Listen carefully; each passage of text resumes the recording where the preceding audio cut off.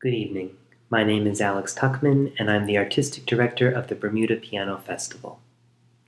Tonight, it's my pleasure to introduce pianist and composer Jeremy Ajani Jordan, who is presenting Music of the World from Minimalism to Duke Ellington. I'd like to take this opportunity to thank the Bermuda Festival of the Performing Arts for its partnership, especially Executive Director Cindy Campbell and Project and Marketing Manager Maria Citron. I'd also like to express our thanks and appreciation to Elis Capital Management, our principal benefactor since 2017, and to Klavierhaus in New York City, especially Sujatri Reisinger, for donating their facilities and instruments and enabling us to be with you virtually this year.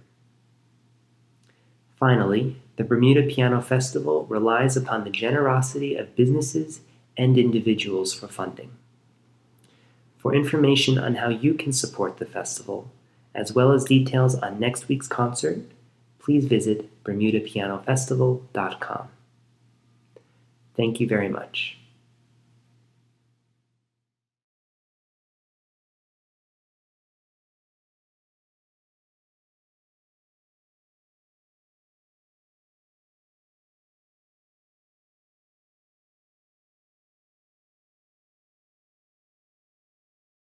Hello, everyone. My name is Jeremy Ajani Jordan, and it is my sincere pleasure to be a part of the Bermuda Piano Festival. I just wanted to take a few minutes to explain a little bit about some of the music that I'll be performing on my concert. The opening number of the program is a beautiful hymn called "Oh How He Loves You and Me." Now, it's something that is a bit of sacred music, something that you would expect to hear in a worship setting or something like that. But I've combined it with some language and idioms from some of my favorite piano players, people like Oscar Peterson and Phineas Newborn and Art Tatum, and I added a little bit of my own language as well. And I tried to combine those sort of improvised languages with the original sort of mood of the song. So I hope that I was able to preserve the sort of sacredness of that song while also bringing something a little bit new to it, and I sincerely hope you enjoy it. Now, I'll also be performing two original jazz compositions, one by Mr. Charles Mingus, which is called Peggy's Blue Skylight, and another by Duke Ellington, which is called The Single Petal of a Rose. Now, when I say original jazz compositions, I mean that in a way to differentiate them from things like jazz standards. Now, jazz standards are songs that have lyrics, things that were usually borrowed from the Great American Songbook so that jazz musicians could improvise over them and have a vehicle or medium through which they could express their ideas. So that would be music like songs by Cole Porter, for instance, or George Gershwin, or Jerome Kern. Those sorts of things were songs that were usually part of musicals or some other setting, and jazz musicians borrowed them and began to improvise over them. But these two songs that I'm performing are original jazz compositions, things that were written by jazz musicians for jazz musicians. And there's a subtle difference there that I think you can hear that they were really composed with the intent of having that language spoken over them. So I hope you enjoy those two pieces. Now, in the center of the program, there is a classical work, a transcription of my own of Parsifal, which is a very beautiful opera by Richard Wagner. Now, I transcribed three scenes from this opera. I transcribed the overture, or the introduction, and I transcribed the penultimate scene, and then also the final scene. And these transcriptions are pretty faithful to the original score. I didn't add any alterations, and there's no originally composed material in the transcription. It's really quite literal. I did a few things to make it a little bit more pianistic so that it could be expressed on the piano a little bit more easily and naturally. But in terms of the musical material, it's all Richard Wagner, so I really hope you enjoy that transcription. And the reason that I put it on the program is because it's actually very closely conceptually related to the last two works on the program that I'll talk about. one of which is a composition of my own called For Flint, and another of which is a beautiful composition of Indian classical music by my dear friend Pawan Benjamin, and that piece is called Clarity. Now, both of these pieces have elements of minimalism in them. They involve a lot of drones, harmonic stagnation, and long periods where there's sort of just one or two very simple things going on. And believe it or not, that's something that I really got into from studying Parsifal. Wagner's opera Parsifal is the last opera that he composed. And it has a lot of these elements of mathematical sequencing combined with minimalism, so just not really doing very much. And there's a kind of profound beauty in that sort of simplicity. And I begin to explore it more deeply in my own composition for Flint, which I was writing, right around the time that I was also transcribing Parsifal. Now, the composition for Flint and also the piece Clarity by Pawan, you'll see in the concert that there is some technology involved as well. You'll see a small interface that I sometimes interact with during the concert, and you'll also notice that there will be a computer set up to my left. And essentially what's happening there is that in real time, there's a small pickup microphone inside of the piano, which is taking the audio or the sound from my piano and sending it into my computer, where all sorts of technological effects are applied. There's a delay and also a flanger and some other things which alter and distort the sound in a really beautiful way. And then I control the intensity of that experience by manipulating that on the audio interface. So you might see me doing that as I'm playing. And these two modern compositions, they have a lot of elements of minimalism in them. But it's also very cool to see this kind of modern prepared piano, or the use of the piano combined with technology to create a new sound world. So I sincerely hope that you enjoy those as well. So that's the entire program. I really hope you enjoy listening to it. It's been a pleasure to perform this music and put it together. And my sincere thanks to Alex Tuckman and also the Bermuda Piano Festival.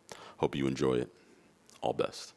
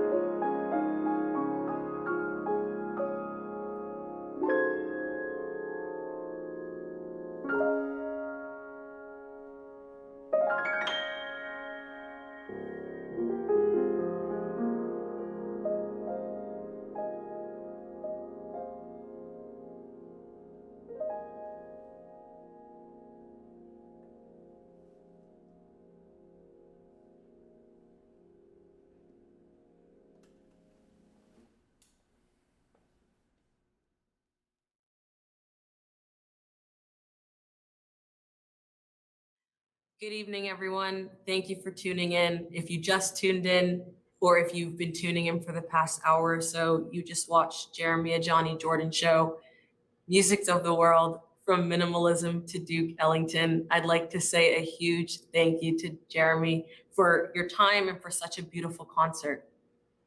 Thank you so much for your kind words. It was really a joy to participate in it. I had a blast. Yeah, and it was such a moving performance. So if you don't mind, I'd love to ask you a few questions. Absolutely.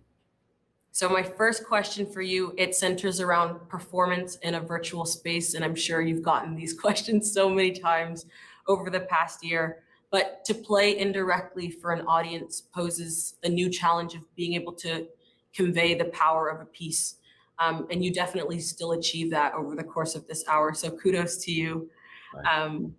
My question for you is, how has it been for you over the past year entering these virtual spaces to be able to play for a virtual audience? I feel like it's a different kind of intimacy as a performer. Yeah, you're right.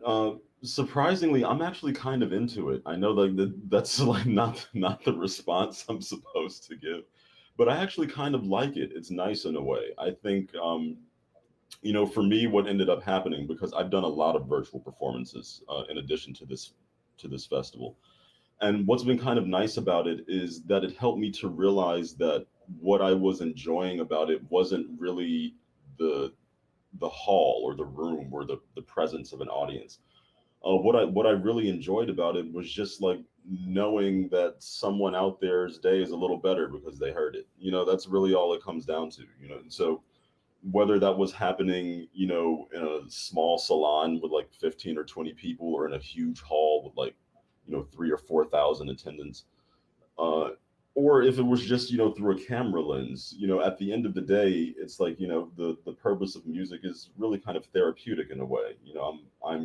I work and I practice to gain mastery over a craft to help people feel better, and so, from what I've heard of from many of the virtual concerts that I've done is, people were really thankful. They enjoyed it, and they were just saying, how happy they were to be able to hear music at all. And in addition to that, I'm kind of able to connect with a lot of people that I would not have been able to connect with in person. So I've had people tune into live streams, and they're in Canada, Europe, California, Florida, all at the same time, and you can't possibly do that in a room or in a physical space. So, of course, something was lost, when you're not able to play in person, but something was gained as well, and I kind of choose to focus on that. And instead of saying like, man, I can't, do things the way that I used to be able to do, I'm actually kind of happy that number one, I'm still able to do anything at all. And then number two is that, well, now I'm able to do those things for people that I wouldn't have been able to reach in person. And it's still, helping them and encouraging them. And that's great. So that makes me happy. I'm into it. Yeah, no, that's really wonderful. And I think you saying that it ties into the theme of your performance, which is musics of the world. So it's not Yeah. just in your repertoire in itself, but it's also your ability, like you said, to touch people from around the world, which I think is an extremely powerful thing. And I guess Yeah. that segues into my next question, which is in all of the corners that your music touched, whether that be culturally, geographically, um, there were such universal themes in everything that you were playing. And I, from a listener's perspective, and also as a music lover myself, I was so intrigued by your repertoire because it seems so disparate. And then when I heard you playing, there was such a universality to the themes that you tapped into in your music. And as a jazz musician, you're so much more than that, but you tapped into the wonderful world of jazz. I was wondering, what does jazz afford to you specifically to allow you to infiltrate those musical spaces, to unlock those common denominators musically? Yeah, that's a wonderful question, and I'm actually really glad to hear you say that that came across in the concert, because that was kind of, the whole driving force behind it. So, first of all, a huge thanks to Alex Tuckman, the director of the festival, for letting me program something like that. He actually came to me and asked if I would be willing to do something that was sort of all encompassing. And that's really great because a lot of music festivals are sort of narrow in their focus. You know, they focus only on what the festival is about. So it was kind of refreshing that he, you know, was so open to me trying something like this. And, you know, the thing about jazz sort of opening the doorways into those different areas, you know, I feel that what is so special about jazz is that it requires a really, really high degree of craftsmanship to do well. Because first of all, you have to have mastery of the instrument that you're playing, whether it be the piano or the saxophone or the drums or the trumpet, which is in itself a task. Then you have to have mastery and understanding of a language, right? And you have to be able to have such an understanding of that language that you can improvise in that language, right? So, for example, if I'm playing music of Bach or Mozart or Haydn, you know, or Beethoven or something like that, it's incredibly beautiful, and you definitely have to have mastery of the instrument to play it. But the language is written by them. You know, they write the music for you, and then it's your job to execute and communicate that. But when you're improvising, you have to do that. Like you have to be playing the instrument and writing the music for the instrument at the same time, right? So it's incredibly there's a very high degree of difficulty in doing that well, you know. And so I think that once a musician is able to do that, and then there's a third thing really. The third thing is that you have to be able to communicate that in a meaningful way to people that don't know anything about it, right? So you've got all three of those things going. You have to have your instrument mastered. You have to have this language mastered to the point that you're fluent enough to improvise in it. And then you have to have something meaningful to say to someone that doesn't know anything about music, right? So that's really tough. And I feel that if you can do those things well, pretty much any avenue of music is open to you, right? Mm. So, you know, if you want to play Indian classical music, right, or you know, if you want to play, you know, Western classical music, or if you want to play jazz, or if you want to play fusion, or if you want to play gospel, if you, you know, those the keys that open those doors are those three things. You know, mastery of your instrument, mastery of the language, or fluency in the language, really, and then being able to have something to say with that language. If you can do those three things, you can play whatever you want. And so I was trying, I think, to illustrate that in this concert. You know, that if you and I'm not saying I've done it. I'm working on it myself. You know, Mm. but in the process of doing that, I'm able to touch on all these other things. You know, so there's Wagner on the program, and then there's also Duke Ellington, and you know, it works. Yeah, no, I think you did a really great job of doing that. Thank It you. reminds me of an article that I read about language, and that the more language that you have access to, language acts as a light to things that we want to see but sometimes can't explain. And so the Wow. more vocabulary that you have, the more you're able to tap into explaining those things that you didn't have the vocabulary for before. So I think what you said is such a powerful and poignant message, especially to budding musicians, in that in order to have the vocabulary to communicate an emotion, you have to practice, and you have to keep working on your craft and work on that instrument to build that relationship to be able to communicate what you want to. So thank you for sharing that. Yeah, my Um, pleasure. and Yeah. to all budding musicians tuning in, I hope you wrote that down, because Yeah. I'm taking that to heart. Jeremy, I want to ask you one final question, which is, what can we look out for next from you? Are there any upcoming events to mark on our calendars, or any new projects that you're working on that we can look forward to? Yeah, I would say the best thing to do is to visit my website or check out my social media. I'm on Instagram and Facebook, and it's all just Jeremy Ajani Jordan. So you can go to www.jeremyajani jordan.com, or you can find me on Facebook or Instagram at that same handle. And basically, I do my best to keep all of my concerts there, things that are coming up. All of my albums that I've released are there to stream and listen to on the website, that is. So you can listen to those. And then any announcements about upcoming projects are all going to be there. I think probably the next big thing that's coming up is I'm probably going to be playing some music with the Metropolis Ensemble, which is a wonderful group of musicians here in New York City. and we're going to do some music that I wrote, which is going to be a lot of fun. So the only question, the thing that's a little bit up in the air, is if it's going to be in person or if it's going to be, streamed and virtual.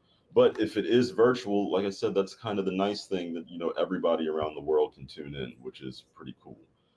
And if I can have my way with it, I think we might be able to do both. So we'll do it live and we'll stream it. And so if that's the case, it'll be on my website. You can check it out and watch it there, and that'll be great. Wonderful, and thank you for sharing that information. That would be cool to have the best of both worlds to reach even more people. But I think that's going to be the case. Yeah. Well, those are all the questions I have for you for now. But again, Jeremy, I'd like to thank you for your time, and thank you again for such a moving performance. And again, to our audience for tuning in to tonight's performance and the past Bermuda Piano Festival performances. If you would like to support the Bermuda Piano Festival and the Bermuda Festival, please visit the link below in the description, and please tune in next Saturday, August 28th at 8 p.m. for the closing concert of the Bermuda Piano Festival, which will feature a program of works for 2 pianos. It's not just 1, 2. But again, thank you so much, Jeremy, for your time, and all the best with all the upcoming things you have in the future. Yes, thank you. Thank you so much. It was my pleasure, and hopefully I can see you guys in person next year. Yes, fingers crossed. Definitely. Take care. Bye-bye.